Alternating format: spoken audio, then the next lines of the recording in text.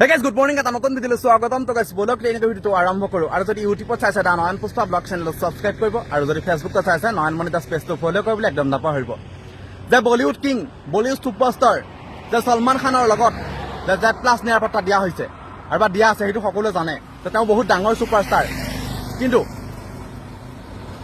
যে তেওঁৰ লগত যিজন সিকিউৰিটি বা তেওঁৰ লগত সিকিউৰিটি এজন নহয় বহুত আছে কিন্তু এজন বহুত বিখ্যাত বহুত ফেমাস সিকিউৰিটি আৰু যিজন সিকিউৰিটিয়ে যিজন নিৰাপত্তাৰক্ষীয়ে যে সলমান খান বলিউড কিং সলমান খানৰ গাত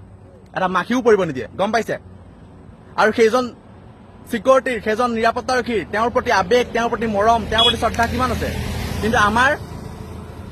জুবিনদাৰ ক্ষেত্ৰত চাওক তেওঁ মেনেজাৰ বা তেওঁ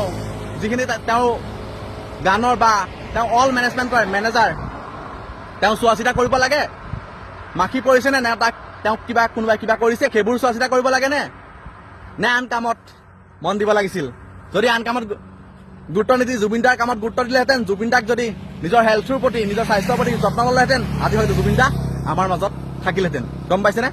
তো গাইছ বিতৰ্ক নকৰিব সঁচা কথাটো কৈছো তো গাইছ জুবিনদাই ন্যায় পাব লাগে জয় অসম জয় জুবিনদা এটা নেক্সট ভিডিঅ'ত লগ পাই আছো tata bye bye please controversy নকৰিব ভিডিঅ'টো জয় অসম জয় হিন্দ